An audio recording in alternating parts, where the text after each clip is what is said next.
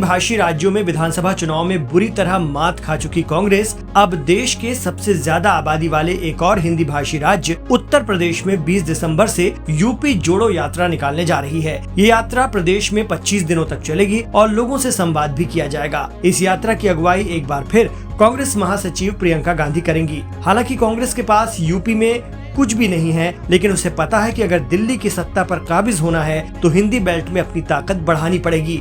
इसी को देखते हुए 20 दिसंबर से उत्तर प्रदेश में यूपी जोड़ो यात्रा निकालने का प्लान है, जो पश्चिमी यूपी के 9 जिलों से होकर गुजरेगी। यूपी कांग्रेस के प्रदेश अध्यक्ष अजय राय ने इसकी घोषणा करते हुए बताया कि यात्रा को लेकर पूर्व कांग्रेस सांसदों और विधायकों के साथ बैठक करके रोड मैप तैयार कर लिया गया है। इस यात्रा की अगुवाई एक बार फिर कांग्रेस महासचिव प्रियंका गांधी करने वाली हैं और उनका साथ देने के लिए राहुल गांधी भी इससे जुड़ेंगे। हालांकि कांग्रेस की इस यात्रा को बीजेपी से ज्यादा अखिलेश यादव और जयंत चौधरी पर दबाव के रूप में देखा जा रहा है। गौरतलब है कि विधानसभा चुनाव में हार के बाद कांग्रेस ने आनन फानन में 6 दिसंबर को इंडिया गठबंधन की बैठक बुलाई थी, लेकिन कई सहयोगियों ने पर्याप्त समय न दिए जाने की बात कहकर इसमें शामिल होने से इनकार कर दिया था।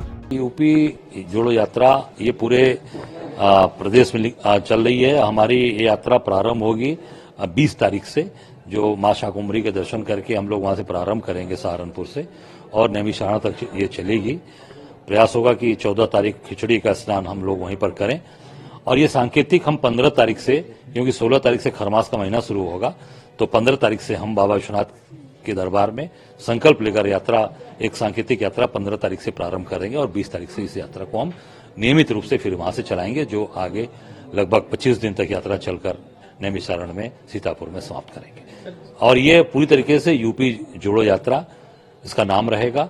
जिस तरीके से भारत जोड़ो यात्रा के साथ या उसके थोड़े दिन बाद पूरे देश के अंदर यात्राएं हुई, जो प्रदेश के अंदर अलग अलग स्टेट में हुई, यूपी छूट गया था क्योंकि नगर निगम का चुनाव आ गया, इस नाते ये छूट गया था, उसे हम ये पूरा करेंगे और संकल्प के साथ करेंगे। विधानसभा चुनाव में कांग्रेस के साथ सीट शेयरिंग नहीं होने से नाराज अखिलेश यादव ने जयंत चौधरी की आरएलडी के साथ मिलकर प्रदेश में चुनाव लड़ने का मन बना लिया था और हाल ही में सपा की कार्यकारिणी की बैठक में अखिलेश यादव ने पार्टी के नेताओं को बताया कि इस बार लोकसभा चुनाव में वो 65 सीटों पर चुनाव लड़ेंगे, 15 सीट आरएलडी और कांग्रेस के लिए छोड़ देंगे। पश्चिमी यूपी को आरएलडी का गढ़ माना जाता है क्योंकि यहाँ पर जाट और मुस्लिम वोटरों के साथ आने से उसे फायदा मिलता है। इसलिए जयंत चौधरी की नजर कैराना, मुजफ्फरनगर, बिजनौर, नगीना, अमरोहा, मेरठ, बुलंदशहर, अलीगढ़, हाथरस, फतेहपुर सीकरी, मथुरा और बागपत सीट पर है। पिछले विधानसभा चुनाव में कांग्रेस की स्टार प्रचारक प्रियंका गांधी ही थी, लेकिन कामयाबी नहीं मिली।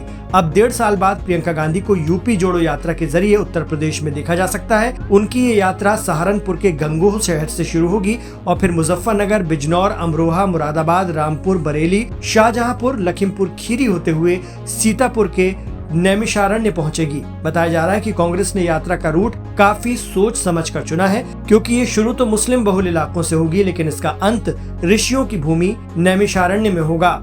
जिन 9 जिलों में कांग्रेस अपनी यूपी जोड़ो यात्रा की शुरुआत करने जा रही है, उनमें से 5 सीट सपा आरएलडी किसी भी हाल में उसको देने वाली नहीं है और इसे ये पता है। सूत्रों ने बताया कि इसके पीछे कांग्रेस की प्रेशर पॉलिटिक्स है, जिसके जरिए वो यात्रा के दौरान लोगों से संवाद करेगी। सड़कों पर भारी भीड़ देखने को मिल सकती है और इसी को आधार बनाकर वो यूपी में इंडिया गठबंधन के सबसे बड़े दल के नेता अखिलेश यादव से ज्यादा सीट मांग सकती है।